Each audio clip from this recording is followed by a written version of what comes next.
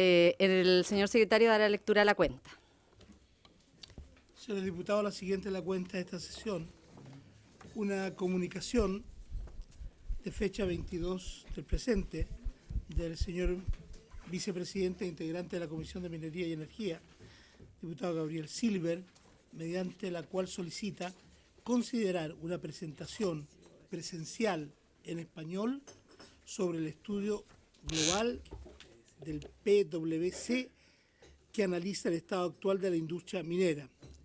El estudio estima que el ciclo complejo actual podría durar hasta fines del año 2018 y luego vendría una recuperación gradual en una industria que se caracteriza por proyectos a largo plazo y un negocio cíclico. Para una mejor comprensión del aporte del estudio, adjunta resumen hecho por el líder de minería, Colin Becker. Una comunicación del Comité de Renovación Nacional, mediante el cual informa que la diputada señorita Paulina Núñez será reemplazada en esta sesión por el diputado Leopoldo Pérez. Esa es toda la cuenta, señores diputados. Muchas gracias. Si les parece, propongo que acojamos la solicitud del diputado Silver y que la Secretaría pueda ver la fecha adecuada en la que podríamos conocer de este estudio. ¿Si les parece? Acordado.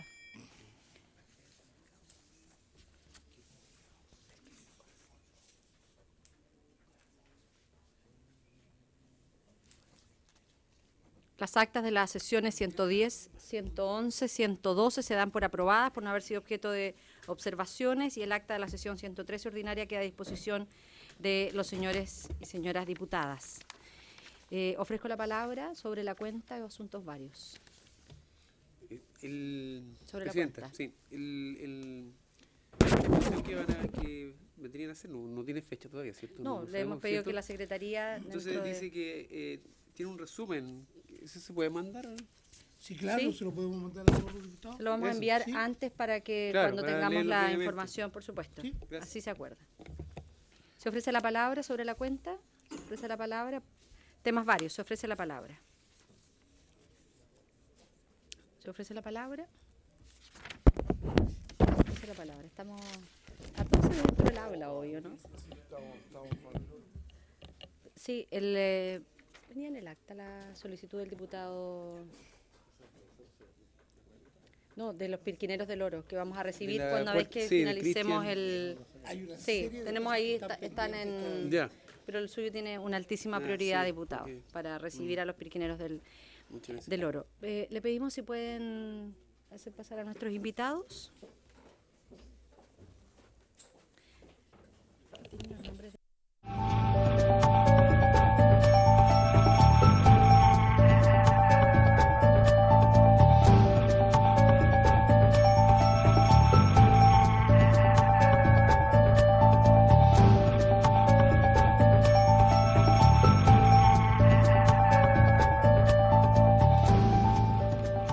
Muy buenas tardes, muy bienvenidos a nuestros invitados. Corresponde continuar con el estudio en general del proyecto de ley que establece un nuevo gobierno corporativo de la Empresa Nacional de Petróleos.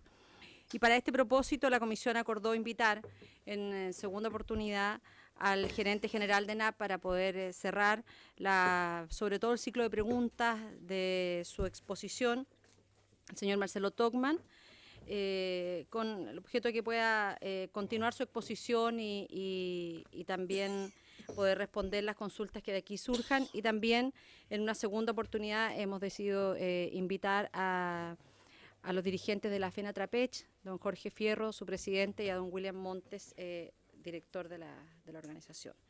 Le ofrezco la palabra al señor gerente general de ENAP.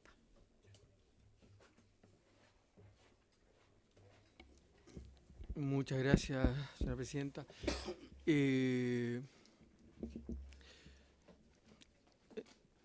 La última sesión en la que vine, lo que hicimos fue compartir por un lado nuestra opinión favorable respecto al contenido del proyecto.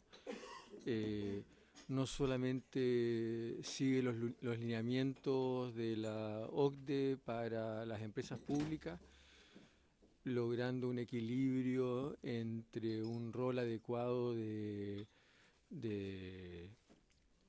dirección de la función que tiene la empresa pública desde el punto de vista de cumplimiento de los objetivos de la política energética, pero al mismo tiempo retirando al gobierno del directorio directamente de manera tal que le da más autonomía para la administración de la empresa. Todo eso con múltiples mecanismos, asegurando además la fiscalización por parte de la Cámara, de la Contraloría, las autorizaciones por el lado de Hacienda, del análisis que nosotros hemos hecho y que la verdad compartimos todas nuestras observaciones en el proceso bastante exhaustivo de discusión que hubo previo al envío del proyecto al Congreso. Todas nuestras observaciones fueron recogidas. Y adicionalmente a eso aprovechamos la última sesión de contar en qué estaba ENAP. Estamos llevando a cabo la implementación de un plan estratégico que de alguna forma coincide también con algo que contempla la ley, que es tener un plan de desarrollo quinquenal. Nosotros establecimos en el 2014 un plan estratégico que tenía y que tiene como objetivo el fortalecimiento de la empresa para poder cumplir con el rol estratégico que les corresponde como la empresa pública en el sector de energía, que es ayudar al desarrollo energético del país a través de inversiones en su línea original, que es donde partió la empresa, que es la exploración y producción, a través de la línea de refinación y comercialización y la nueva línea creada de gas y energía.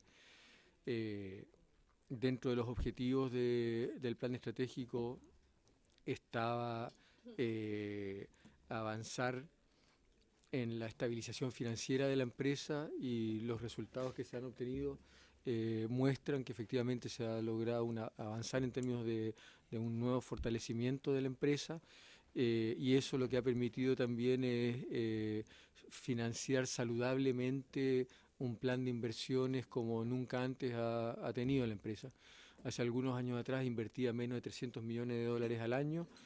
2014 se superaron los 400 millones de dólares, año pasado 635 millones de dólares, y este año la inversión debiera ser sobre 790 millones de dólares. Y esto ha permitido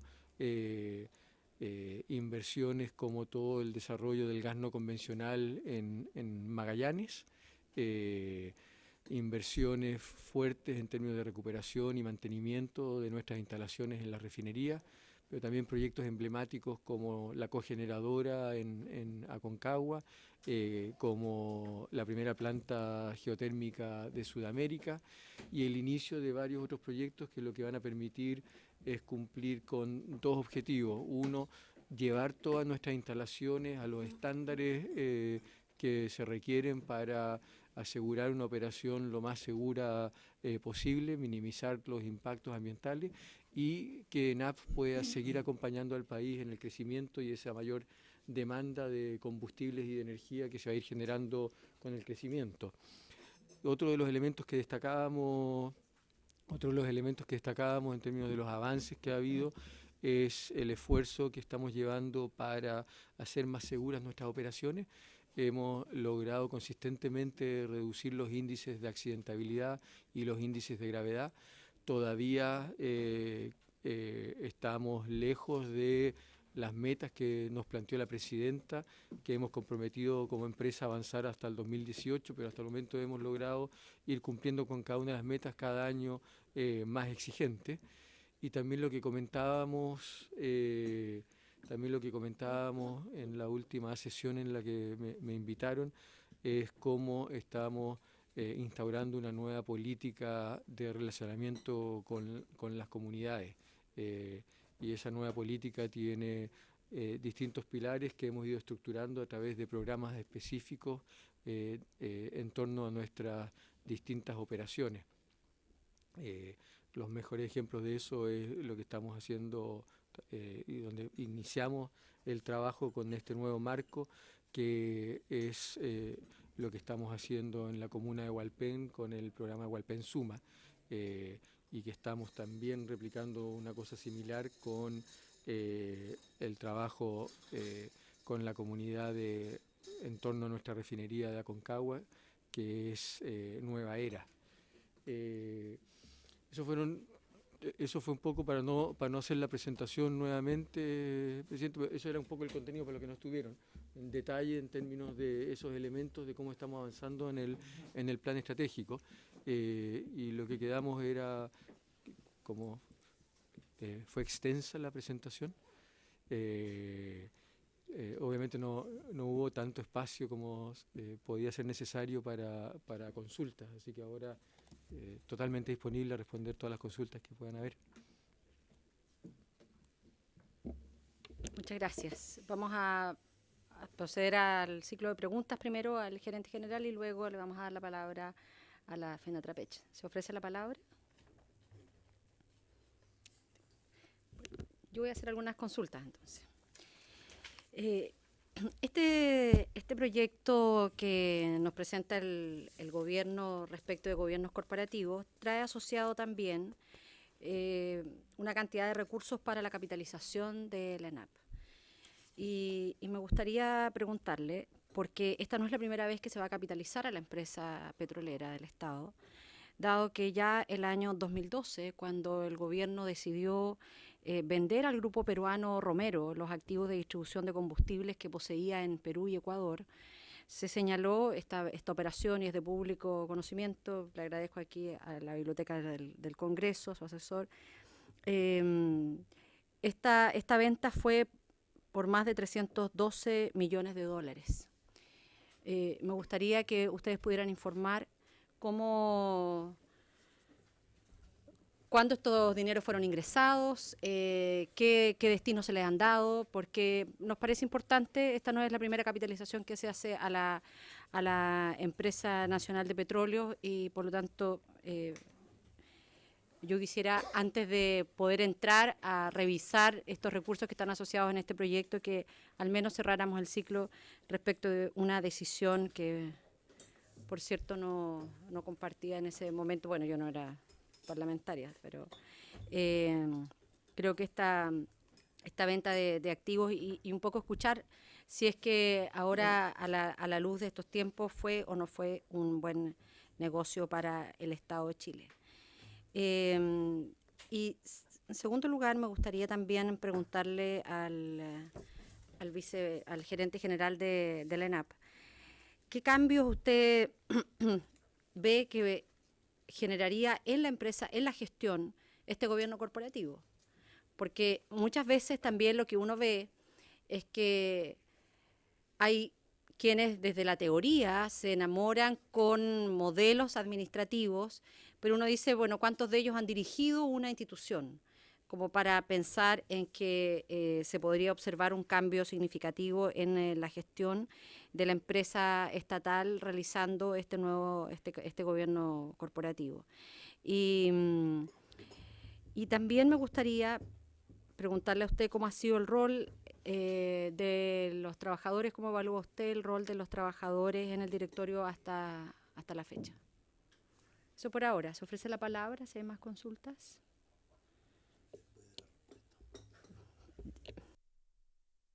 Marcelo Togman. Gracias.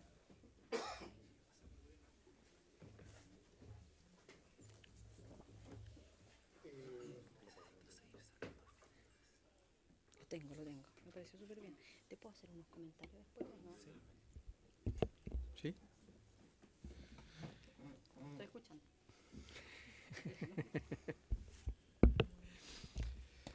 El 2012, a fines del 2012, por lo que me han contado, tal vez William y Jorge pueden agregar, porque ellos estaban en la empresa ese año, se tomó la decisión de vender las participaciones que tenía ENAP en el retail, en la distribución de combustibles en Ecuador y en Perú, en una sociedad que se denominaba Primax, donde éramos socios del grupo Romero. Entiendo yo que en ese momento se había comprometido por parte del gobierno que lo que se obtuviera por la venta de Primax, ese mismo monto iba a ser capitalizado por parte de... se iba a proponer una capitalización como está ocurriendo en este momento en este proyecto de ley, un aporte de recursos frescos y nuevos a la empresa, y esa situación no ocurrió. No se produjo esa capitalización anunciada el 2012, finales de 2012. Perdón, fue 2013, no 2012, efectivamente. Sí.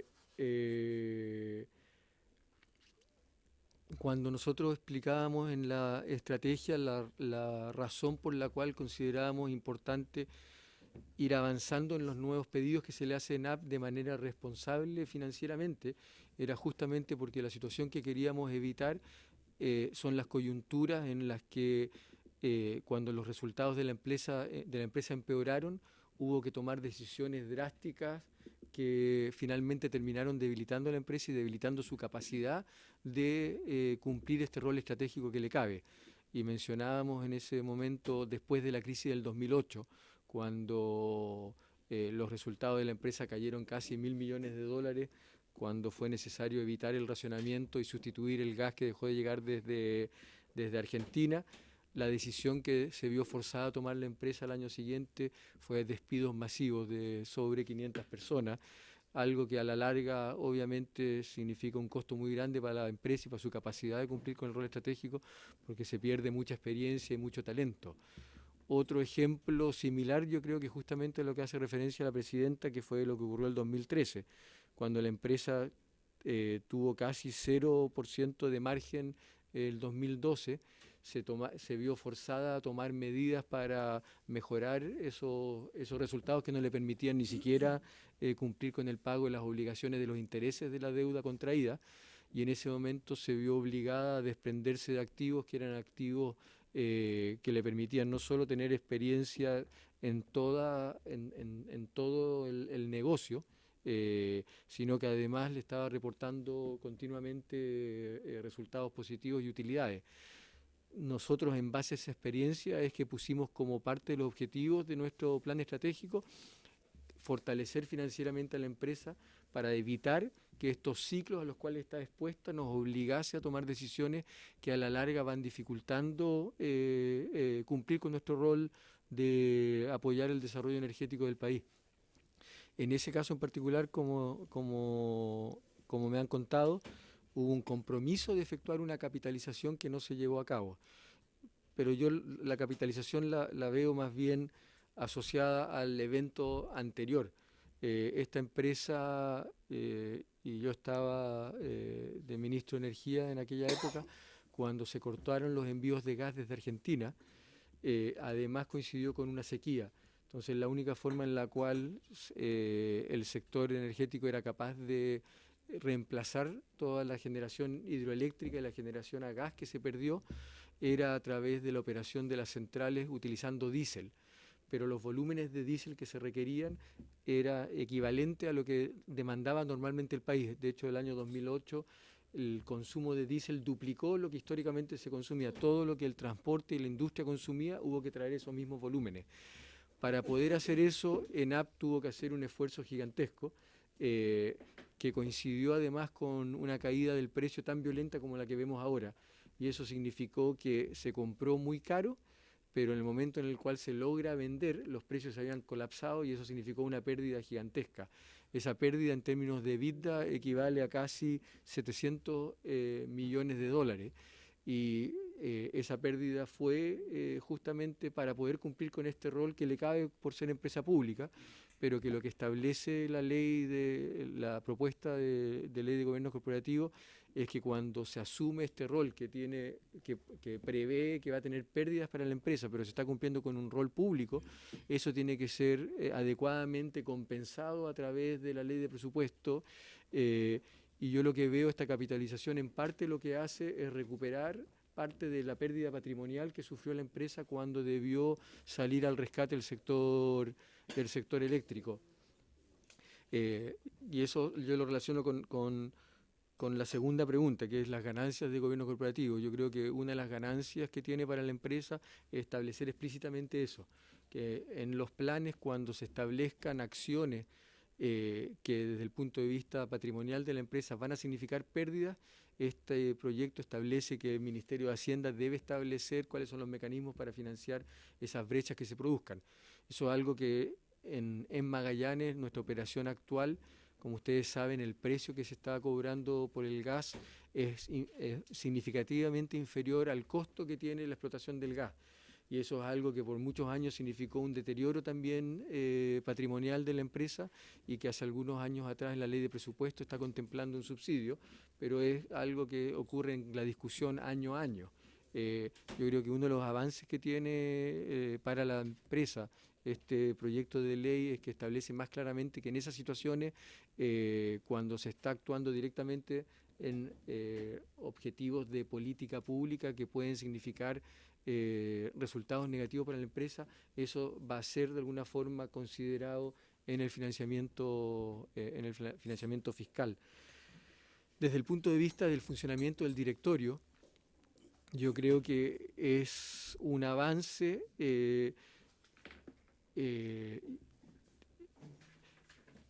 especialmente porque permite evitar posibles conflictos que se pueden dar por la composición actual del directorio.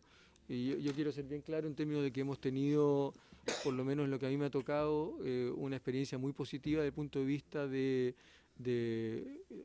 trabajo del directorio y de cada uno de sus integrantes.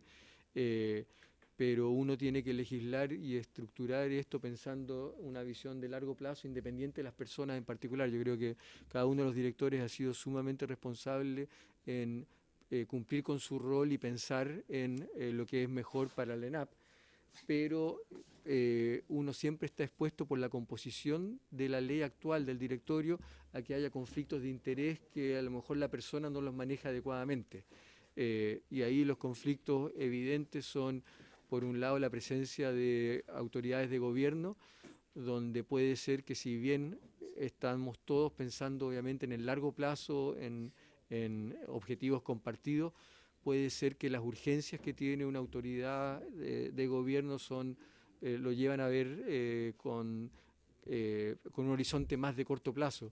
Y cuando uno está administrando y llevando a cabo proyectos como lleva a cabo ENAP, que puede tomar hasta 2 años, 2 gobiernos en completarse, ahí se puede generar un conflicto con las autoridades de gobierno que están participando en el directorio. Y también podría generarse un conflicto con los representantes de la SOFOFA, porque la SOFOFA es una asociación gremial que tiene tanto a clientes de ENAP como eventualmente a empresas competidoras. Y en el caso de la SONAMI, también ahí hay una presencia importante de empresas que son clientes.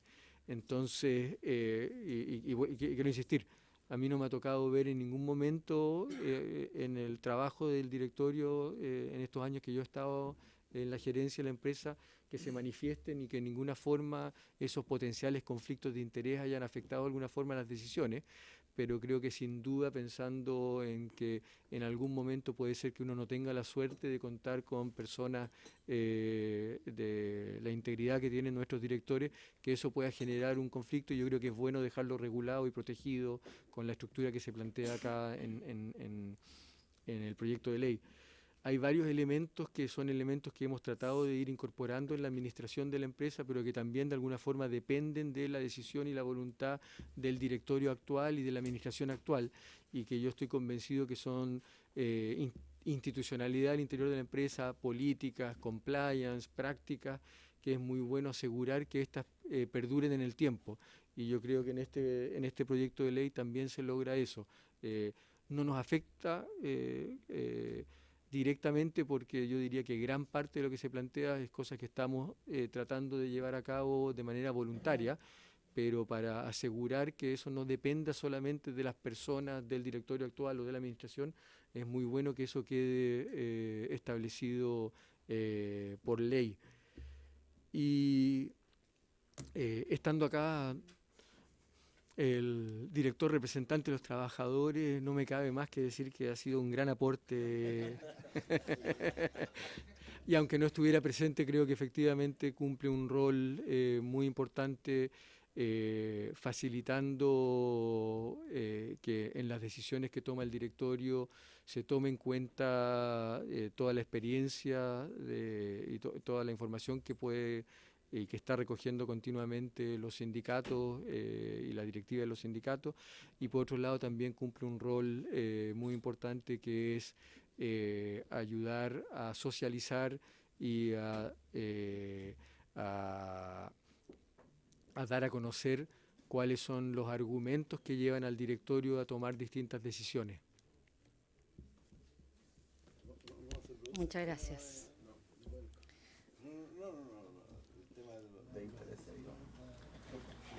Fue uno de los... Ahí yo creo que efectivamente lo que existen estas dificultades de distintos roles, pero lo importante ahí es que quede bien establecido cuál es el rol que le corresponde en su posición como miembro del directorio. Gracias. Ofrezco la palabra. A favor de los trabajadores. Diputado Lemus, ¿alguna consulta? Respecto ahora en serio. Profundizó poco sobre la pregunta que hizo la presidenta, sobre el tema de la venta de los activos. ¿Ah? La verdad que consideramos que es positivo que usted diga si eso intervino, si efectivamente no se capitalizó la venta, y si la venta estuvo bien hecha, digamos, también. ¿Y qué tipo de activos fueron los que se... Y respecto, para formalizar el tema de los trabajadores, la sesión pasada tuvimos al señor Alberto Chegaray. Y Alberto es un experto en estos temas y opinaba y decía relación con el tema de los intereses de los trabajadores. No le hacía ruido el tema de los trabajadores, pero muy bien fundamentado. A nosotros no nos hace tanto ruido, yo creo que es intencional, pero por eso le hacía la consulta, digamos, al tema. Y la última que quería hacerle no tiene nada que ver con este tema del directorio, pero ¿qué ocurre? ¿Cómo le fue con el negocio se lo voy a volver a repetir, de la generación energética con el gas? Nos interesa a nosotros saber qué efecto ha tenido ese proyecto que se aprobó acá, qué tipo de sociedades han formado ustedes y si han tomado en serio esa vía, digamos.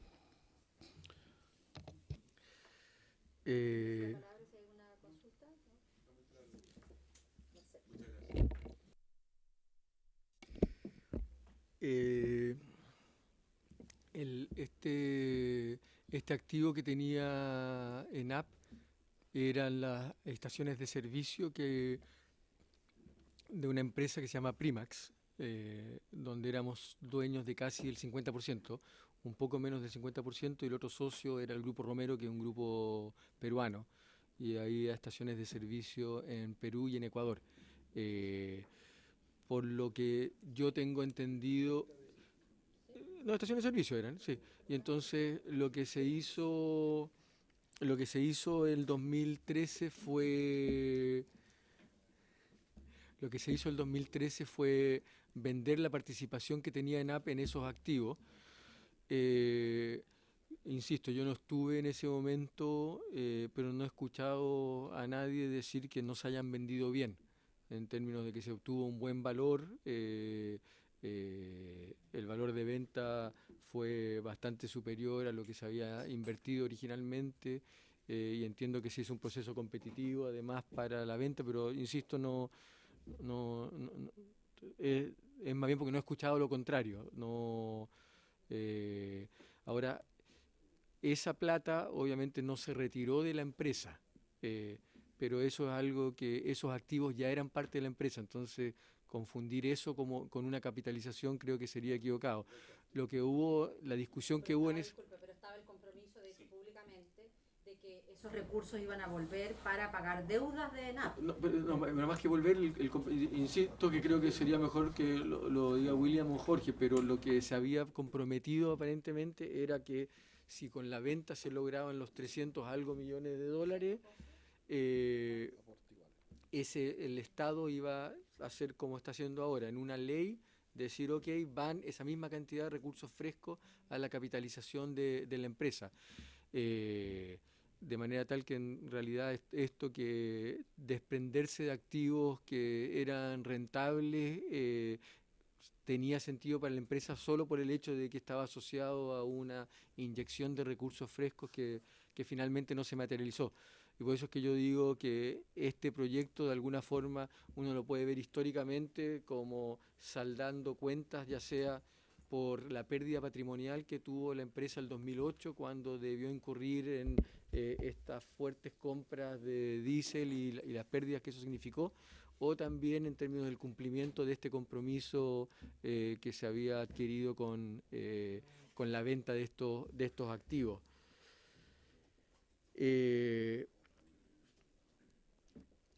En el tema de la generación eléctrica, lo que se aprobó fue la ampliación del giro de la empresa, permitiéndole participar hasta en un 66% en proyectos de generación. Nosotros en el sector generación hemos estado haciendo varias iniciativas. Hay una que espero hay dos que espero que estén ya en operación a comienzo del próximo año. Uno es la planta cogeneradora en Aconcagua, que utilizando gas natural va a generar 77 megas de electricidad más una cantidad importante del vapor que se requiere para el funcionamiento de la refinería, y también va a estar en producción la primera unidad de la planta de geotermia que estamos construyendo en la región de Antofagasta, en la comuna de Oyagüe. Cerro Pabellón se llama ese proyecto. Junto con eso, lo que hicimos fue, y lo que hemos estado haciendo, es avanzar en el desarrollo, las aprobaciones de dos proyectos de ciclo combinado. Uno es Luz Minera en la comuna de Mejillones y el otro es Nueva Era en Concón, en el mismo sitio donde estamos construyendo la cogeneradora, que es al lado de nuestra refinería.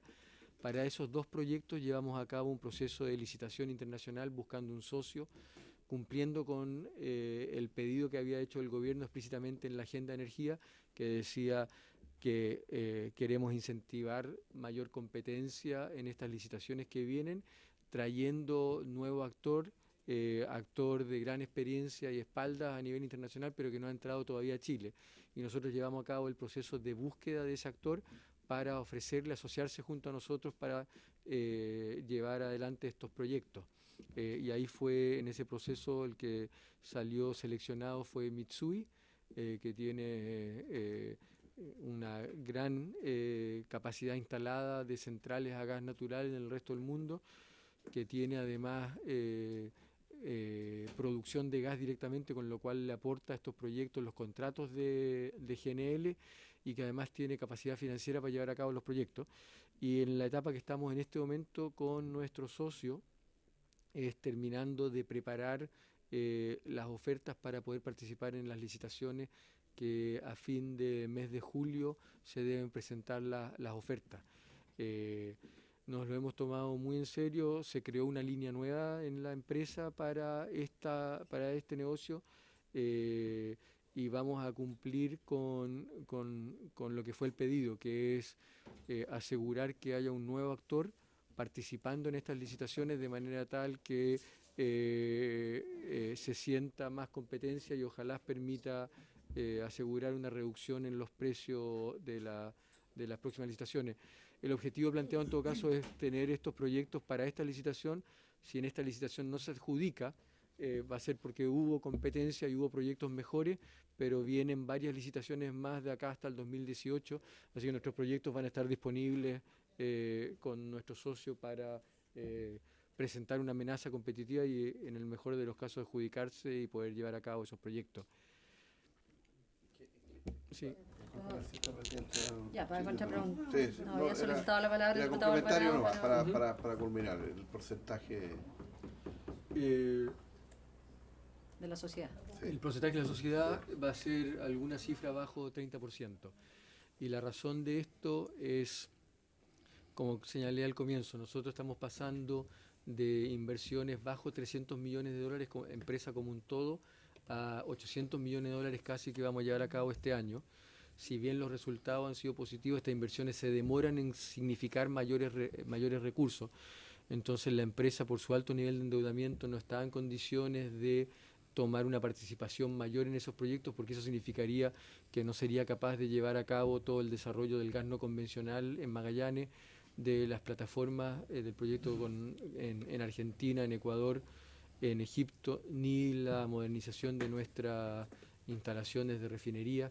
Entonces, la razón que primó en términos de cuál es el porcentaje que podemos participar en estos dos proyectos es básicamente que no vemos forma de financiar esos proyectos sin sacrificar estas otras inversiones que son fundamentales para la modernización de nuestras instalaciones.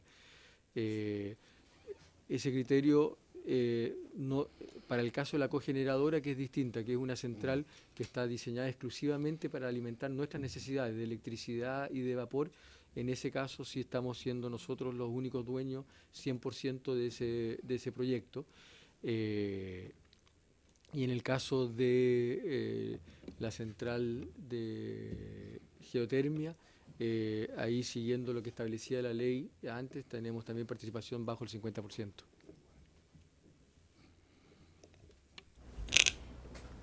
Me ha solicitado la palabra el diputado Alvarado respecto a este mismo tema, o podemos hacer, diputado, otro tema. Podemos hacer una consulta respecto de este porcentaje, el 30% dice usted que sería de la ENAP. ¿Quiénes, por ejemplo, son los que presentan los estudios de impacto ambiental? ¿Los presenta la ENAP? ¿Los presenta el socio capitalista? ¿Los presentan ambos? ¿Lo presenta la sociedad? Si es que me puede aclarar un poco. Sí, lo primero es menos del 30%, no señalé 30% yo.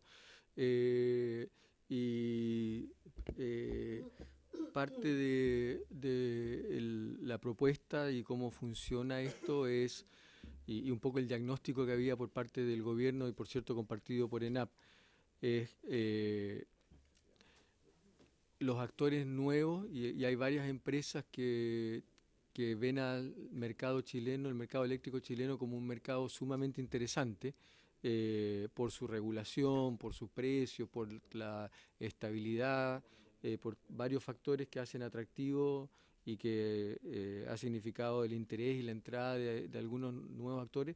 Esos nuevos actores normalmente uno no los está viendo en los grandes proyectos de generación convencional. Y parte de eso es por la dificultad que varios proyectos tuvieron en sus procesos de aprobaciones ambientales. Recordemos cómo trató de entrar una empresa brasilera con el proyecto de Castilla, cómo están los proyectos hidroeléctricos del sur que tampoco pudieron lograr las aprobaciones, está Barrancones de Suez que tampoco logró aprobación. Entonces eso estaba significando que uno encontraba efectivamente muchas empresas con intenciones de entrar a Chile, pero decían: no conozco bien todo este proceso de tramitación de autorizaciones y la experiencia de estos, que además tienen experiencia en Chile, que no han logrado los resultados, es algo que los estaba inhibiendo de dar el salto. Entonces se veía ahí una dificultad en lograr atraer nuevos actores. Y entonces ahí lo que se planteó fue lo mismo que hizo en algún momento Codelco y lo mismo que hizo también una empresa privada que era BHP Billiton, donde lo que ellos hicieron fue poner a disposición de un nuevo entrante el desarrollo de proyectos y hacerse responsable ellos de ir avanzando en todo lo que es la tramitación ambiental del proyecto, de manera tal que esto, que es la restricción donde veía tanta incertidumbre estos actores, fuese resuelto por un actor que sí conociera bien cómo funciona el sistema de evaluación de impacto ambiental y todas las resoluciones administrativas. Entonces nuestra contribución es el proyecto y todo el avance en las distintas autorizaciones. Quisiera proponerle, porque de su intervención nos han surgido varias preocupaciones, inquietudes, y si bien es cierto, esto es un tema que está vinculado al proyecto que estamos viendo, porque finalmente el gobierno corporativo es para todo, incluido la línea eléctrica que este Parlamento decidió apoyar con mucha fuerza el proyecto del Ejecutivo para ampliar el giro. Entonces, bueno, surgen hartas consultas, porque yo entiendo que los proyectos que usted enumeró, en mi opinión, no solo tenían un problema de desconocer la institucionalidad y que finalmente sus estudios de impacto ambiental tengan complicaciones. Tienen algo que es mucho más complejo y que fue que nunca contaron con la licencia social de las comunidades en donde pretendían instalarse, en particular el proyecto Castilla en la región de Atacama. Entonces, a mí me resulta a lo menos un poco decepcionante que nosotros hayamos hecho un tremendo esfuerzo para que se amplíe el giro de la empresa eléctrica y final de ENAP, y que al final quedemos reducidos a casi al know-how para permitir que otras eléctricas lleguen acá y obtengamos nosotros la licencia social y el estudio de impacto ambiental, y finalmente terminemos siendo socios absolutamente minoritarios. Entonces, me surge a partir de su presentación la pregunta, a lo mejor yo lo entendí de forma incorrecta, pero uno tiene que ver con las centrales de ciclo combinado y otro tiene que ver con la central de generación que están haciendo ustedes en terrenos de la ENAP a continuación de sus instalaciones en Concón. Eso es 100% estatal. Aquí no es que se haya hecho esta licitación internacional y no es la misma sociedad con Mitsui. Y por otra parte, me gustaría saber cuáles son, los diputados están constituyendo otra comisión, y lo otro me gustaría saber cuántas empresas finalmente participaron en esta licitación internacional, de la cual Mitsui salió adjudicada. Bienvenido el vicepresidente de la Cámara.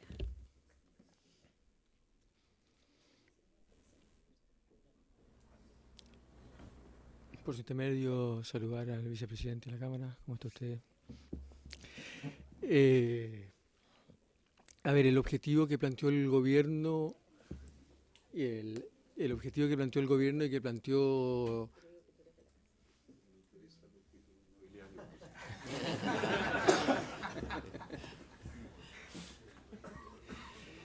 Sí, el objetivo que planteó el gobierno cuando presentó la discusión de ampliación de giro, y es lo que establece la agenda de energía, incluso en términos del pedido que se le hizo a la ENAP, era bien específico en términos de generar mayor competencia y contribuir a atraer un nuevo actor de clase mundial al mercado eléctrico nacional.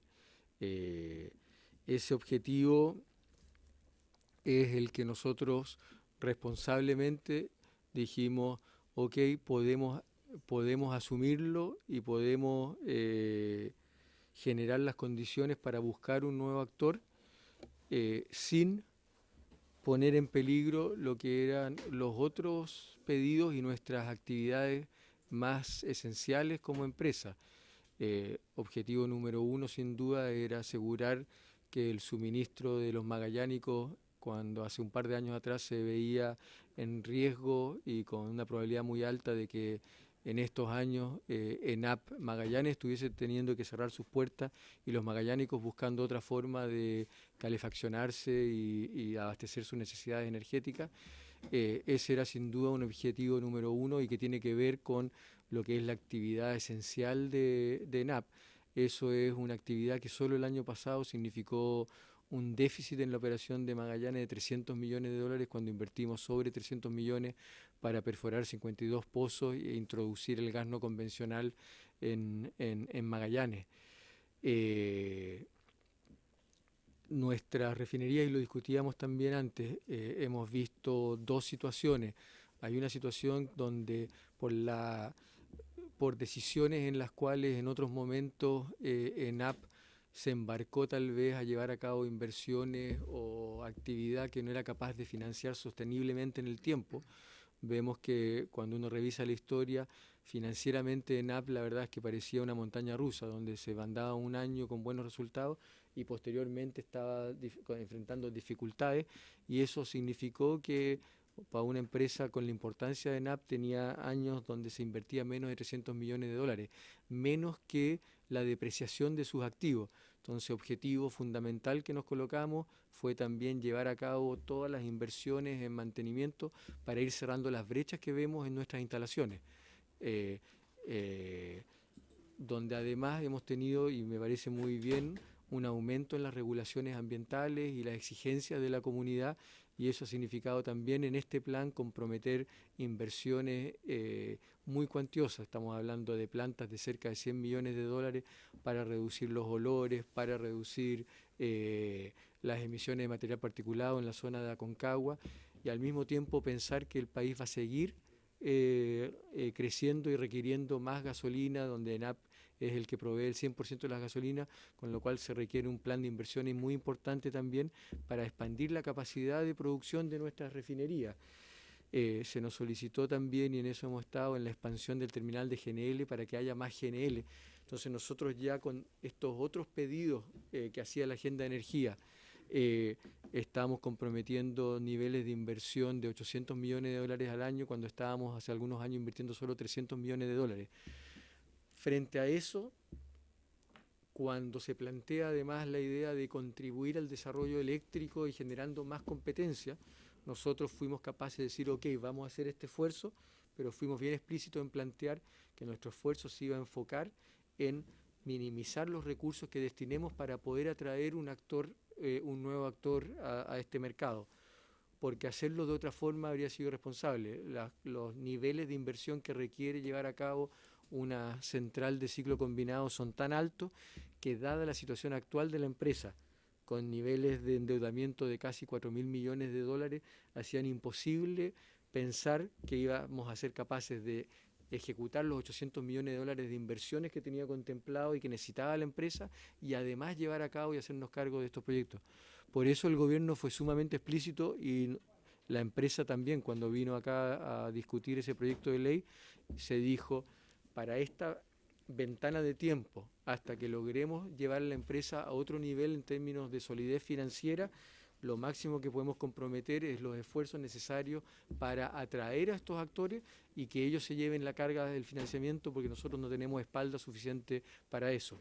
Y en la discusión en el Parlamento, lo que ocurrió fue que de hecho incluso ese proyecto planteaba que se iba a obligar a que ENAP tuviese menos de un 50%, y en la discusión en la Cámara se modificó eso, en el entendido de que es verdad que para estos primeros proyectos ENAP no estaba en condiciones de asumir un porcentaje mayor, pero que había que dejar abierta la posibilidad de que en el futuro efectivamente se pueda plantear proyectos donde tuviésemos una participación mayor.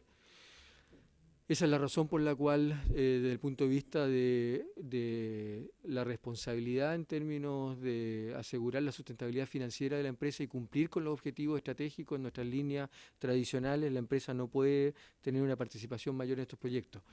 Ahora, respecto a los proyectos, está el proyecto Luz Minera en Mejillones, ese es uno.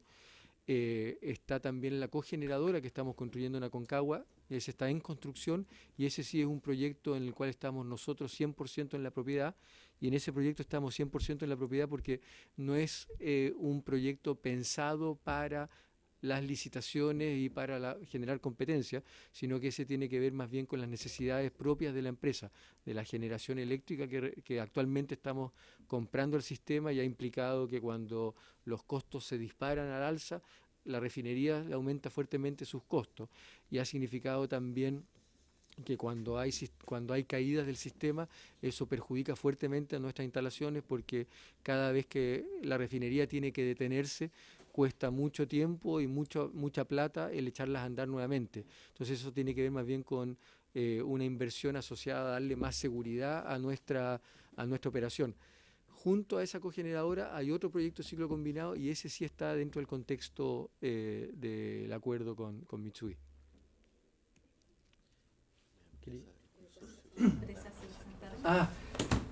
Si me acuerdo bien, yo creo que fue sobre 30 empresas que después se consorciaron en 15 consorcios, donde lo que se estaba pidiendo a estas empresas era espalda financiera para llevar a cabo el proyecto, experiencia en construcción y en operación de ciclos combinados, y lo que era fundamental era que ellos contasen con contratos o disponibilidad de gas natural, que es lo necesario para poder participar.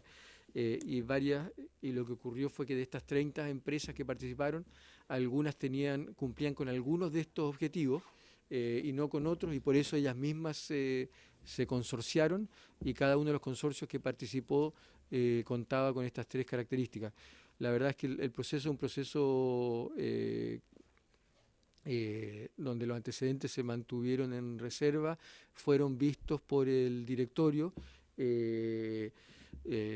Hubo un asesor financiero externo que fue el que llevó a cabo el proceso, y lo que yo sí puedo decir es que las empresas que participaron, probablemente estaba el 90% de las grandes empresas internacionales que están metidas en la generación eléctrica, que no están en Chile, participaron en nuestro proceso. Fue sumamente competitivo, y desde el punto de vista de las condiciones ofertadas, las del seleccionado eran las mejores condiciones presentadas. Muchas gracias. ¿Se ofrece la palabra?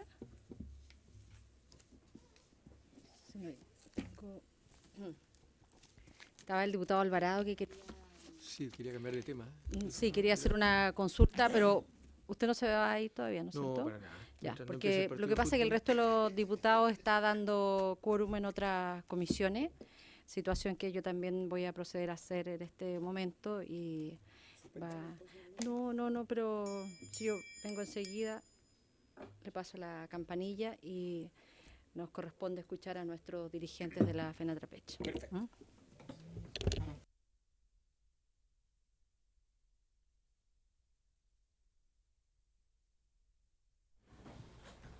Bueno, le damos entonces la palabra, continuando con las exposiciones, al presidente FENATRAPECH, don señor Jorge Fierro.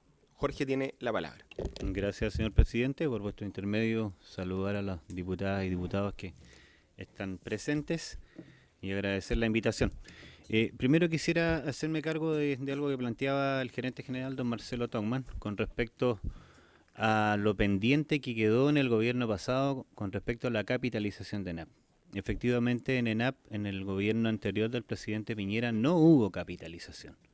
Hubo un compromiso de capitalización en pos de que al interior de ENAP, cuando yo ya era director de empresa, me tocó reemplazar al compañero fallecido Jorge Matute, y de hecho el gobierno del presidente Piñera demoró alrededor de 4 meses en nombrar el reemplazante, que era yo, y me tocó participar en el directorio en aquella oportunidad.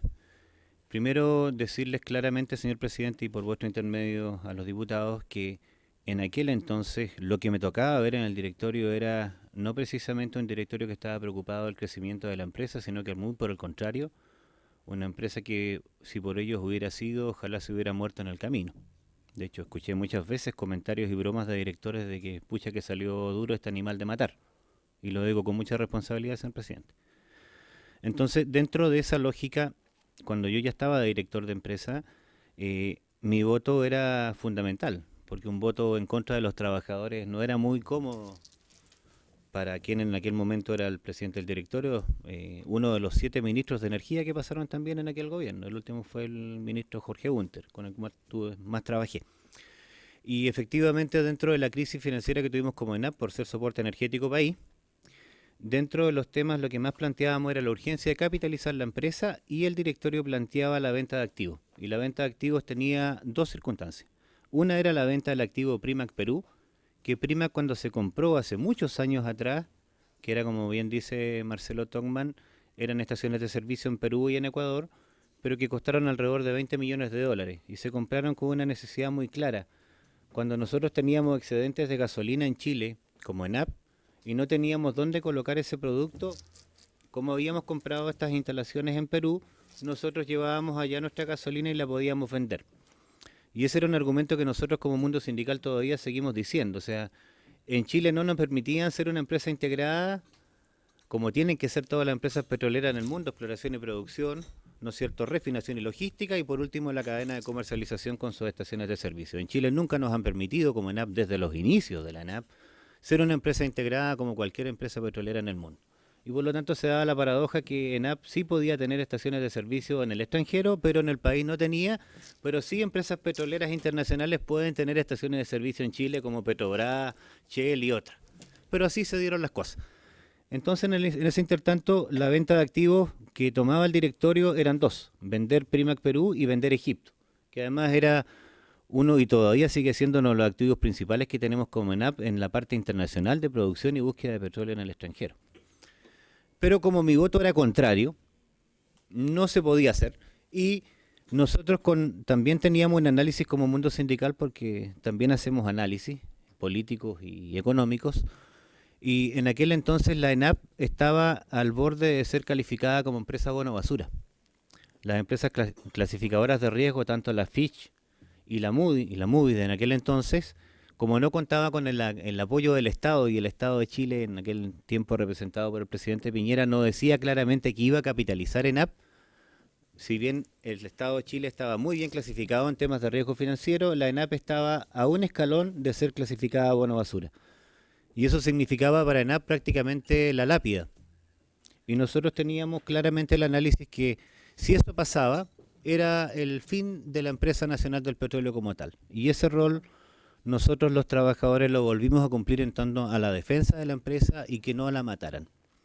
Entonces en varias ocasiones tuvimos discusiones internas como sindicato, donde participó el ministro Jorge Bunter, incluso consta en actas del directorio de ENAP, que si bien nosotros apoyábamos la venta de Primac Perú como trabajadores, con el dolor de nuestra alma, porque efectivamente era la única parte donde teníamos integrada la cadena del negocio, entendíamos sí que esos 280 millones de dólares, que fue al final la cifra exacta que entró a la empresa, descontando pitos, flautas, impuestos y tutti quanti, fueron 280, el gobierno del presidente Piñera se comprometía a poner igual cantidad. Nosotros hablábamos que en aquel entonces ENAP requería a lo menos una inyección de capital de 600 a 800 millones de dólares, primero para poder suplir la pérdida financiera que cumplimos por el rol energético país, y todo eso se iba a la inyección de bajar el costo financiero. El costo financiero de la ENAP en aquella época llegaba alrededor de 200 millones de dólares. Entonces al final nos terminábamos pagando prácticamente los impuestos o el costo financiero, y todo lo que produjera la ENAP se iba solamente a la rueda del hámster, y seguíamos girando en un círculo vicioso ahí de deuda empresa. Por lo tanto, ese era nuestro proyecto. Y nosotros accedimos a vender Primac con el dolor de nuestra alma, lo reitero, pero con la claridad de que si a ENAP se le clasificaba como bono basura con capitalización o no, moría igual. Y en el intertanto, ¿qué es lo que hicimos nosotros? Negociamos con aquel gobierno y fuimos sacando adelante varios temas que hoy día están presentes y ya están en ley. Logramos que se reconociera la rentabilidad social de la ENAP, porque anteriormente a eso se hacían políticas energéticas con la Empresa Nacional del Petróleo, pero con su balance. Y eso permitió que en Magallanes Hacienda reconociera efectivamente que si había que gastar 60, 70 o 100 millones de dólares al año en materia de gas o de costo de gas en Magallanes, eso se le devolviera a la Empresa Nacional del Petróleo, tema que se logró hacer. Segundo elemento que también logramos hacer los trabajadores y las representaciones del directorio fue llevar adelante acá un proyecto de ley cuando logramos retirar que el Estado de Chile nos cobraba el 6% del arancel de petróleo, siendo el Estado nuestro dueño. Nos cobraba ENAP cuando nosotros importábamos el crudo y nos cobraba el 6%. Y si en un barril de petróleo que en aquel entonces costaba $100, los $6 que a nosotros nos cuesta realmente el costo financiero o el margen de refinación en una refinería acá en Chile, es alrededor de $6 por barril. Pero como refinamos grandes volúmenes grandes cantidades de millones de barriles, 120 millones de barriles, esos $6 se transforman en mucha ganancia. Este negocio refinero sobre todo es de grandes volúmenes y escasos márgenes. Entonces el argumento que nosotros planteábamos en aquel entonces era que si nos rebajaban, nos quitaban el 6% de arancel de crudo, a lo menos nos permitían a nosotros, las refinerías, ser competitivas. Porque ese tiempo, exploración y producción, como había un buen precio de barril de petróleo, por lo menos seguía ganando. Y eso se logró. Por lo tanto, ahí también contesto una de las preguntas que se hacía en torno a cuál ha sido el aporte de los trabajadores en los directorios de ENAP, que viene desde el año 67, ha sido bastante. ¿Está? En épocas de democracia, en épocas de dictadura y en cambios de gobierno estos últimos tiempos. Por lo tanto, el aporte histórico de esta federación y sus distintos representantes en el directorio está plasmado en actas, en libros, y por lo tanto esas cosas que logramos ganar en el gobierno anterior a lo menos permitieron que ENAP no fuera clasificada como empresa bono basura, pero efectivamente el gobierno del presidente Piñera no cumplió el compromiso de capitalizar con los 300 millones de dólares que iba a significar la venta de Primac Perú. Pues bien, cuando nosotros empezamos a trabajar nuevamente y plantear la idea de que ENAP se transformara en una empresa nacional de energía, tema sueño que lo trabajamos con Jorge Matute allá por los años 2000, ¿ya? Incluso, es más, el modelo de participación de los trabajadores en los directorios de ENAP es un modelo copiado de la socialdemocracia de Europa. Nosotros lo vimos, el modelo de diálogo social, en los años 90 y tantos, con la gente de comisiones obreras, con UGT de España, con la socialdemocracia alemana, y además la OCDE, para dejar muy claro este tema, la misma OCDE recomienda que exista representación laboral en los directorios. Entonces, no es un problema de conflictos de interés. El único problema que pudiera tener el representante laboral o representante de los trabajadores en el directorio es cuando se discutan estrategias de negociaciones colectivas que tengan que ver con sindicatos. Pero ahí, en el caso mío, hoy día que ocupo esa instancia, yo solicito y dejo que conste en acta que me retiro de la sesión porque se van a tratar materias de negociación para no ser juez y parte, y después ingreso nuevamente y tomo conocimiento de lo que pueda tomar conocimiento. Así se ha ido salvando el único problema que pudiera tener un representante laboral en materia de directorio, que tiene que ver con negociaciones colectivas. El resto sí compartimos plenamente que este proyecto de gobiernos corporativos, a diferencia del anterior, que fue una copia textual en el gobierno de Piñera, nosotros trabajamos en ese proyecto de ley, invirtiendo tiempo, invirtiendo dinero, prácticamente un año. Era un modelo copiar, pegar, Codelco. O sea, retiraron donde decía Codelco y pusieron ENAP, los puntos y las comas eran exactamente iguales, por lo tanto no recogía los problemas que sí ha tenido el modelo de gobierno corporativo. Y eso, en este modelo, sí efectivamente se recogió, recoge la participación de los trabajadores, el modelo de proyecto de gobierno corporativo del presidente Piñera, que fue entregado el último día, sacó la participación de los trabajadores y además sacó la capitalización de ese proyecto, cosa que días anteriores nosotros lo habíamos visto completo. O sea, hubo un cambio en 24 horas de un proyecto de ley. Y hoy día lo que vemos nosotros con buenos ojos en este proyecto de gobierno corporativo, señor presidente, si me extiendo usted me dice, es que primero se saca de los gobiernos corporativos los grupos de interés que al interior hay. A mí me consta que efectivamente en gobiernos pasados hubo mucho conflicto de interés. Y lo decían sin ningún tapujo. Hoy día, efectivamente, tal como dice Marcelo, no he visto en estos directores este tema, y si hubo algún problema fue con el nombramiento de una persona de la SOFOFA que al final tuvieron que retirarla porque efectivamente era gerente de recursos humanos de una empresa X que tenía contratos con nosotros y que tuvo que salir.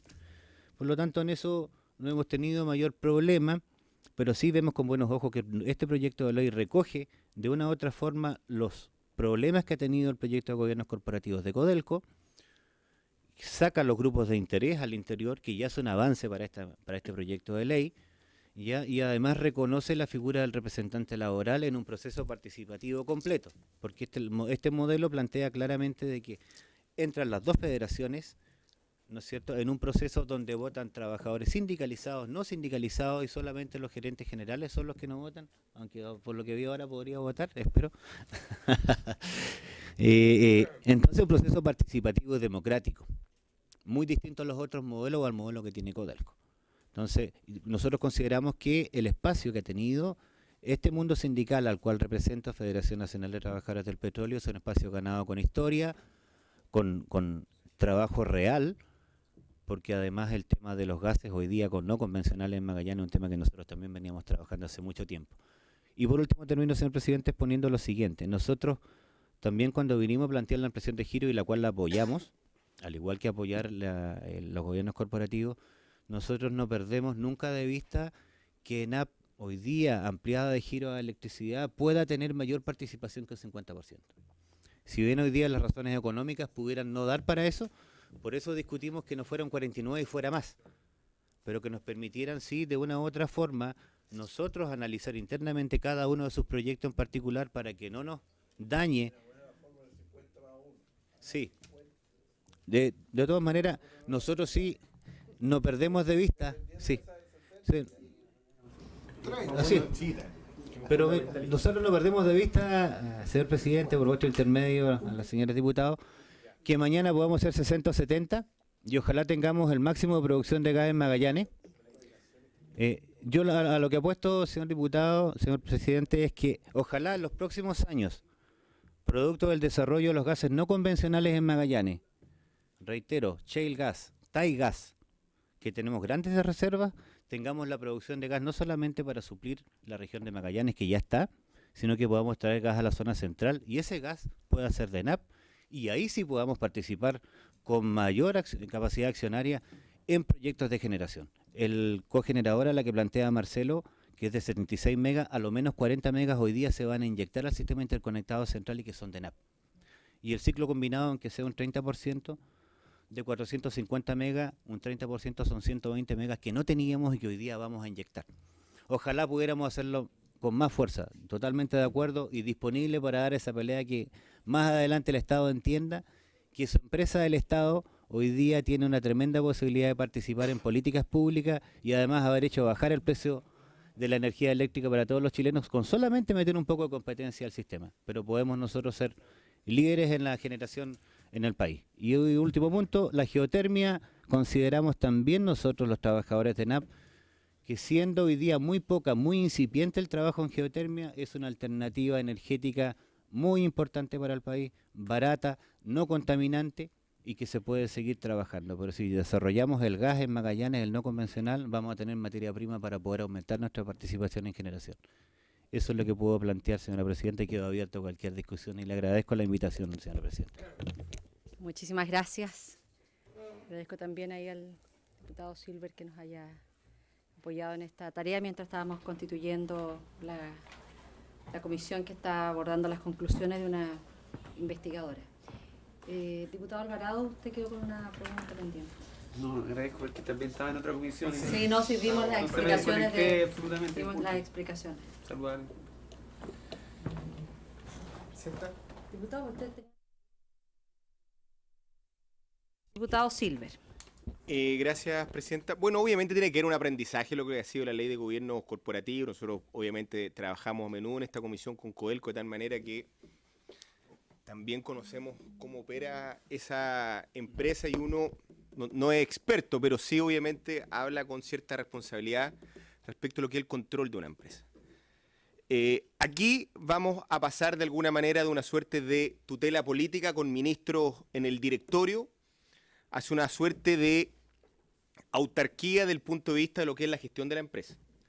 Si bien se habla de una suerte de supervigilancia respecto de la coordinación ministerial que puede haber respecto de los miembros designados por parte del gobierno, y me quedo con la minuta, así que puede que eso haya elementos que hoy día no lo tenemos a la vista. Me gustaría hacer algunas preguntas, porque obviamente creo que vamos a presentar indicaciones. Primero, respecto a los ciclos de nombramiento de los cargos. Creo que la experiencia en Codelco ha sido positiva en términos de no acompasar necesariamente a rajatabla los cuadrienios políticos con los cuadrienios de representación de la empresa. Y siento que la designación como un todo a fardo cerrado cuando se inicia un ciclo político de una empresa y roga el cambio del directorio respecto de los cargos de designación de gobierno no es necesariamente un buen antídoto cuando uno toma decisiones de empresa que desde el punto de vista estratégico demandan obviamente ciclos efectivamente mayores. Y creo que eso no está bien reflejado por parte del proyecto. Segundo, como hemos dicho, uno pasa del todo a la nada, pero también al final del día esta suerte de autarquía puede ser falta de control. Y creo que del punto de vista de lo que es la institucionalidad que nos hemos dado como Estado respecto al control de las empresas públicas, al menos yo me atrevo a plantear, sugerir o estudiar, tal vez con el ministro directamente, la posibilidad que el sistema de empresas públicas tenga control efectivamente respecto a esta empresa. Porque al final del día, ¿qué es lo que ocurre? ¿Quién controla el tema de los EBITDA, el tema de los niveles de endeudamiento de la empresa? Porque pensar que el ministro va a ejercer esta supervigilancia respecto a su representante, todos conocemos cómo es la vida real, es cada vez más difícil. El ministro tiene otras tareas y otras responsabilidades. En consecuencia, creo que debe haber órganos técnicos, efectivamente, que ejerzan un control técnico del punto de vista del patrimonio de la empresa, de los niveles de endeudamiento de la empresa, de decisiones estratégicas de mayor largo plazo, fuera en este caso del control que puede hacer la Cámara de Diputados o la Contraloría General de la República para otros efectos. Creo que estamos en condiciones de plantear efectivamente órganos intermedios respecto a lo que es ENAP. Y en tercer orden, también preguntar por su intermedio, presidenta, el tema de y aquí como digo, no vi el proyecto, me quedo más bien con la minuta técnica que aportó el Ejecutivo de los estándares de los representantes del gobierno. Porque de manera pura y simple, cualquier representante que no tenga determinadas competencias en términos de idoneidad, yo creo que el aprendizaje de esta empresa puede demostrar que al final del día puede también ser una mala decisión si es que no fijamos en la ley los parámetros efectivamente de designación de estos representantes. Aquí nadie habla de designaciones caprichosas, pero que cumplan ciertas pautas técnicas de idoneidad y de experiencia y de competencia en lo que es la gestión de una empresa pública. Gracias, presidente. Muchas gracias. Diputado Silver, se ofrece la palabra. ¿Consultas? Diputado Lemos. Solamente en el contexto del porcentaje que recién entregaba dirigente y parte, digamos, del directorio. Y nos contaba lo que ha sido el trabajo en el directorio. Y respecto al tema energético, en que ENAP está metido en la generación de energía eléctrica, digamos, a través de gas. Para nosotros era fundamental en el debate y creo que fuimos varios los diputados que apoyamos la idea de que ENAP tuviera el 50+1. Y al final, bueno, el Ejecutivo propuso otra fórmula, ¿no? Porque el Ejecutivo originalmente en ese proyecto traía el 49%. O sea, siempre fue partidario, digamos, que no fuera el 50%. O sea, que no fuera superior al 50%. Y después se propuso esta idea, ¿no es cierto?, de que llegara al 60%, me parece, ¿no? Hasta el 66%. Y la verdad que dejando abierta, digamos, la posibilidad de ese 66% es muy difícil que se pueda cumplir, parece, ¿no? Bueno, por eso se lo preguntaba yo, ¿no es cierto?, a la gente de ENAP, a los ejecutivos, para ver esta primera experiencia. Yo entiendo que ENAP tiene una ventaja, ¿no?, de tener una proporción, digamos, de estos terminales, de tener una infraestructura que tiene que ser bien valorada, a mi juicio. Y todas estas cosas quedan en manos, digamos, de los directorios y de los ejecutivos, ¿no? Porque una confianza de las empresas fiscales, ¿no?, son de todos los chilenos en definitiva. Entonces, nos interesa que eso rinda y efectivamente rinda bien, y creemos que además ese es un buen negocio que puede desarrollar, ¿no es cierto?, una empresa tan importante como ENAP y diversificar, ¿no es cierto?, su parte productiva, ¿no? Esa era la idea. La verdad que, claro, uno tendría que tener más datos para pensar qué pasó con hasta un 30%. Entonces, todavía no sabemos si es 30 o no. Puede ser menos que un 30. No sé, a mí por lo menos, presidenta, no me deja conforme, la verdad. Yo Yo podría después solicitar si... No, si la firmamos ya. Si ¿Ah? No. Ingresémosla de nuevo. Pero obvio. Se lo firmamos. La expresión de la autoridad de esa cosa. No, eso no va. Gracias, diputado. Diputado Alvarado. Bueno, saludar primero y excusarme que tuve que salir El diputado Venegas me ha pedido la palabra, pero le tengo que dar primero la palabra al diputado Alvarado. No, está bien, después el diputado Venegas. Sí, bueno, excusarme que tuve que salir a constituir la comisión investigadora. Sí, entonces, bueno, el problema, efectivamente, son modelos corporativos de gobierno que depende mucho también de los vaivenes, como planteó el gerente, de la economía, en el momento que esté, haciendo la analogía con Codelco. Entonces ahí preguntar también la participación que van a tener en los tiempos, en la mirada a largo plazo también del mundo de los trabajadores, de la flexibilidad que van a tener, porque en algún momento dado, incluso haciendo nuevamente la analogía, a lo mejor no le va a gustar, pero con Codelco, con bonos gigantescos y después 4 años más tarde despidiendo personas. Entonces ese manejo, digamos, futuro que van a tener, que va a traspasar el periodo de ustedes, y van a venir otras personas después. Entonces, ¿cómo se va a manejar eso también como en los tiempos de crisis? Porque estos son ciclos, me imagino que deben ser 10 años, 15 años, una cosa así. Y la otra cosa quizás también que uno ve en Latinoamérica, ve casos de corrupción que son llamativos, o sea, hay que decirlo. En Latinoamérica compartimos los genes. Entonces hay fenómenos que son muchas veces se utiliza de favores políticos, de cajas pagadoras, ¿cierto? Y se tiende a, sobre todo cuando existe bonanza en este tipo de empresas, y muchas veces los controles no son los más adecuados. Entonces, efectivamente, claro, va a estar la presidenta arriba, el ministro de Economía, el ministro de Hacienda, la superintendencia, la Cámara de Diputados también tiene que tener su rol, pero para ustedes eso, no para nosotros, sino para ustedes como que están ahí, digamos, ¿es suficiente esto? No tendremos dificultades futuras, estoy pensando 10, 15 años, cómo se lleven adelante la empresa en este tipo de características que desafortunadamente la tenemos, y es una realidad, la expongo así duramente porque eso ocurre. Quizás qué otro elemento agregar, digamos. Gracias, presidente. Muchas gracias, diputado Alvarado. Le ofrezco la palabra, en primer lugar, a nuestro dirigente de la FENATRAPECH y luego a nuestro gerente general de la ENAP. Gracias, presidenta. Solo contestar por vuestro intermedio, señora presidenta, el diputado Alvarado.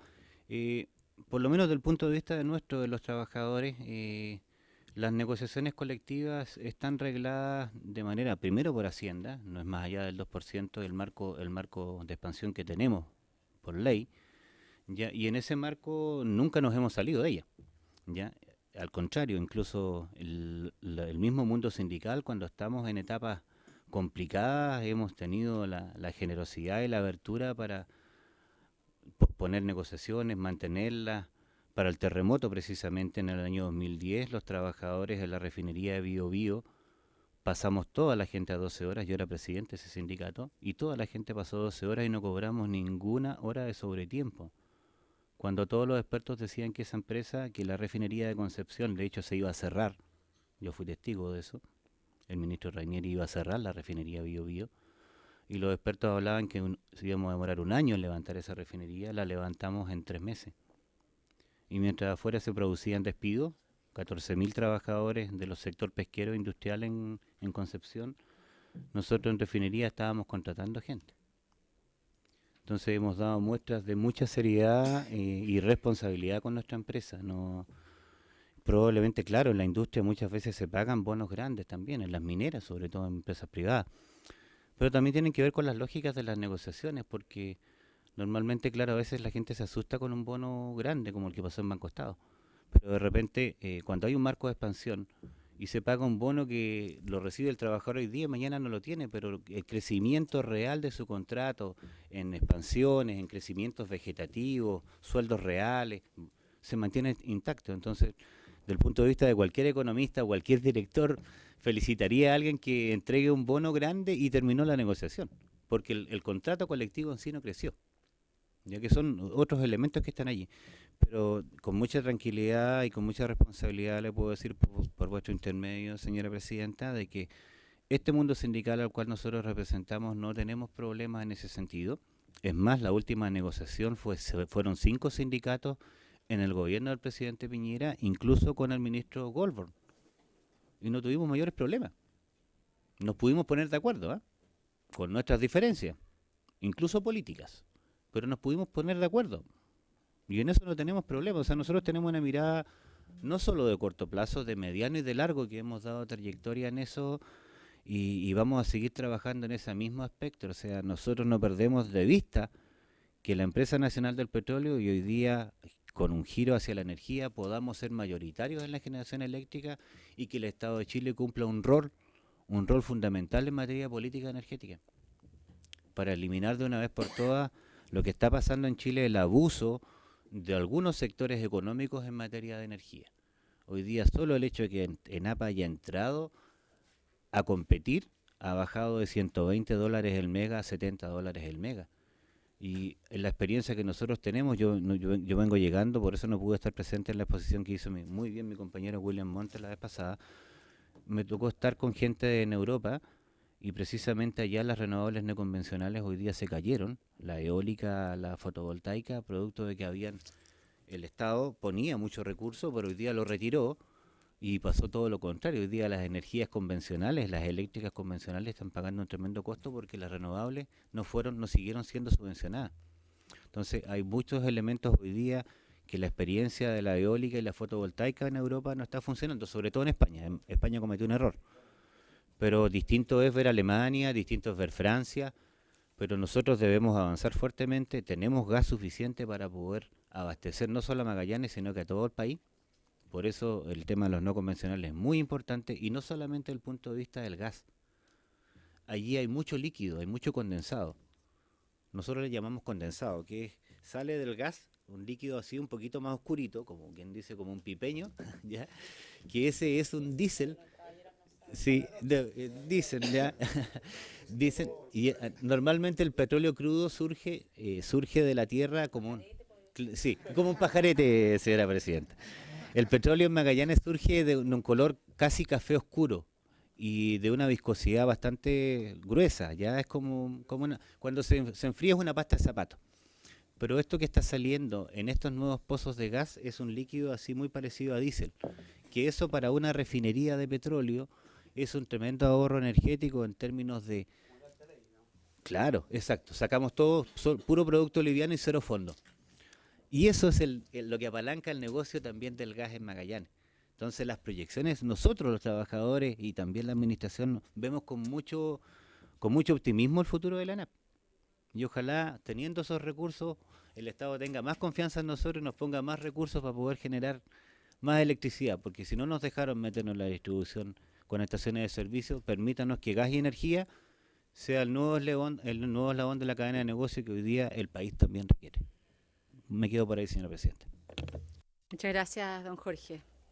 Le ofrezco la palabra al gerente general. Con eso ya iríamos terminando esta sesión. Antes de darle, por supuesto, la palabra a Felipe.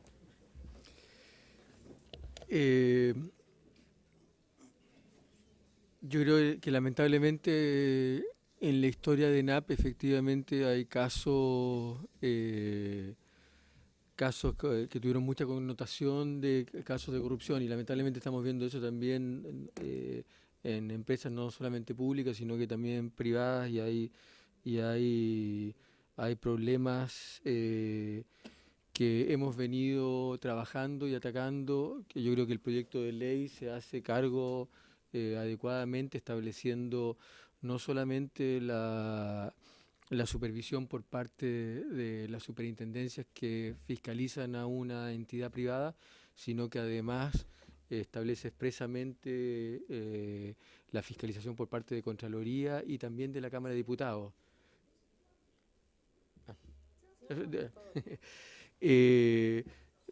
Ahora, desde el punto de vista de lo que ha estado haciendo la empresa, yo diría que hay varias iniciativas que han apuntado a reforzar la prevención de cualquiera de estas situaciones. Hemos establecido, el directorio opera con un comité de auditoría, donde tanto el auditor de la empresa como la gerencia compliance que fue creada reportan directamente a los directores del comité de auditoría, donde tenemos ahí representantes, no está ninguno de los representantes del gobierno como parte de ese comité, actúa más o menos como un comité independiente en las sociedades anónimas. Establecimos todos los mecanismos y las mejores prácticas para prevenir situaciones de delito, de corrupción. De hecho, nuestra empresa fue una de las empresas, fue la primera o la segunda empresa pública que recibió la certificación de contar con el modelo de prevención de delito. Fuimos reconocidas también por un análisis que hace Chile Transparente con una empresa, con KPMG y con una universidad, que hacen un ranking de la transparencia de las empresas, y fuimos clasificados en los niveles más altos, de hecho como la segunda empresa pública con mejores índices en términos de transparencia. Cerramos un acuerdo con Transparencia Chile para ver cuáles son las brechas que podemos tener para poder ir mejorándolas. Además, hemos establecido la obligatoriedad de la declaración de conflictos de interés, de manera tal que cualquier persona que trabaja en la empresa tiene que declarar explícitamente si tiene con alguna de las empresas con las que nos relacionamos, si tiene algún tipo de vínculo. Estamos trabajando continuamente en el cruce de las bases de datos, de manera tal que se pueda detectar cualquiera de estas situaciones, y obviamente cuando finalmente ninguno de estos filtros operan, hemos estado persiguiendo todos los casos en los cuales hemos detectado situaciones irregulares. Eso ha significado despido en algunos casos de trabajadores en la empresa, y ha significado también llevar temas a las instancias judiciales que corresponden. Entonces, y tal vez lo más importante, yo creo, es, además hemos dictado políticas y hemos estado trabajando desde esta gerencia de cumplimiento en todo lo que son los valores que debiéramos tener y respetar en la empresa. Yo creo que hay en el proyecto de ley mecanismos externos, pero además internamente se ha venido trabajando muy fuertemente el tema para prevenir cualquiera de estas situaciones. Muchas gracias. Diputada Chicardini. Sí, presidente, mire, es muy breve, obviamente por su intermedio saludar al gerente, también a la Federación de Trabajadores.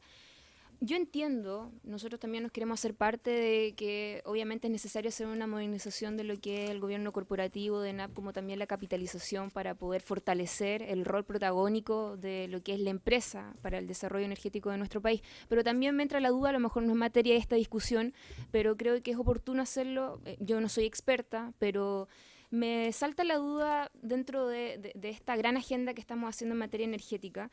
Pero ¿por qué lo señalaba el representante de los trabajadores? Que, claro, se genera una paradoja. No sé en qué año, no sé en qué momento se hizo esa ley que hasta el día de hoy es vigente, pero ¿por qué se le prohíbe a ENAP hacer la distribución mediante las estaciones de servicio en nuestro país y sí se le acepta a empresas extranjeras que lo pueda hacer? Me llama profundamente la atención y quiero tener una visión, aprovechando la oportunidad de que salió ese tema en conversación, y tener una posición también del gerente como también del trabajador. Eso es, presidenta. Muchas gracias, diputada Chicardini. Le ofrezco la palabra a don Marcelo Tocno. No existe una prohibición legal de la participación de ENAP en cualquier segmento del mercado asociado a los hidrocarburos. Explícitamente ENAP puede estar desde la exploración, producción, transformación, transporte. Esto en algunos casos puede haber sido decisión de la administración de no involucrarse, en otros casos puede haber sido decisión también de todas las decisiones de inversión de ENAP pasan, y eso también ayuda a los sistemas de control. Todas las decisiones de inversión de ENAP pasan por autorizaciones del Ministerio de Energía, del Ministerio de Planificación Social y del Ministerio de Hacienda. Entonces no hay restricción legal, pero puede ser que en algún momento no haya sido decisión de alguna administración, puede ser también que alguna administración haya querido hacerlo y haya enfrentado restricciones en cualquiera de estas etapas de autorización que tienen que pasar todas las inversiones de la empresa. Don Jorge. Gracias, Presidenta. Yo pudiera responder por vuestro intermedio, señora Presidenta, la diputada Chicardini, de que cuando se hace la ley Corfo del año 40 y tanto, ya desde allí parte este tema. Si bien la Corporación de Fomento, la Corfo, tenía una visión de mediano y largo plazo, que incluso traspasaba gobiernos radicales de distinto tipo, incluso de distintos colores, sí tenía una visión de crecimiento, pero desde el inicio de la ENAP, efectivamente nosotros nunca pudimos tener estaciones de servicio, pero sí se desarrolló una empresa que todavía sigue andando, y aquí tiene banderas en toda la carretera 5 Sur y 5 Norte, de allí comienza. ¿Ya? Entonces, pero pareciera ser que hay prácticamente una traba ideológica que pasa a todos los sectores políticos, de izquierdas, centros y derechas. O sea, nunca la ENAP, aun cuando, como bien dice Marcelo, no hay una ley que no le permita, pero nunca ha podido desarrollarla desde el inicio de la ley de Corfo. Y de hecho la ley de gobiernos corporativos que nosotros tenemos viene de allí. Viene de allí. Hay, por ejemplo, el Colegio de Ingenieros, el Instituto de Ingenieros de Minas viene de allí, de estar en la empresa. La ENAMI, o sea, el Instituto, ¿cómo se llama? La SONAMI, Sociedad Nacional de Minería, la Sociedad de Fomento Fabril. Todo viene de allí porque había una visión de que había que desarrollar la industria en el país que estaba recién comenzando, pero desde allí nos dejaron fuera. Y han habido distintos gobiernos de distintos colores políticos, pero nunca ha habido la voluntad de que ENAP efectivamente se desarrolle en esa materia. Y hoy día menos, o sea, el que habla de que entremos al negocio de la estación de servicio, no, es una burla, es una locura. Pero claramente la paradoja se da, o sea, nos permitían tener estaciones de servicio en Perú, ¿ya? Y sin embargo las petroleras estatales internacionales sí tienen estaciones de servicio en Chile como Petrobras y otras, o sea, o la YPF, ¿te fijas? Pero bueno, es parte de la historia que viene desde los inicios de la Corfo, señora Presidenta. Pero es más que un tema, casi un sesgo ideológico, pero que atraviesa distintos colores políticos. Ojalá pudiéramos cambiar la ley. Pero todavía, disculpa, sí, por supuesto, pero todavía nos queda una cantidad importante de comunas que no tienen ningún centro de distribución y por lo tanto ahí una empresa del Estado podría jugar un rol muy muy importante. Ya estamos escribiendo la indicación ya. Don Marcelo. Sí, ahora para complementar en todo caso y corregir un poco lo que yo dije, no ha sido siempre el caso de que no se haya autorizado.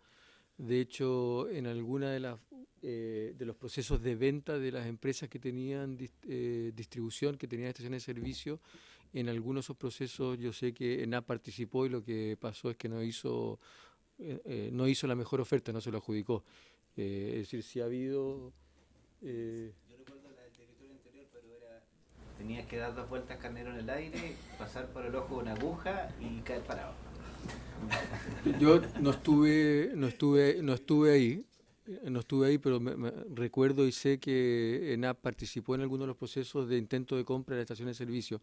Así que ha habido momentos en los cuales se alinearon tanto una administración con un directorio, con las autorizaciones de los ministerios para hacer el intento, pero no fructiferó.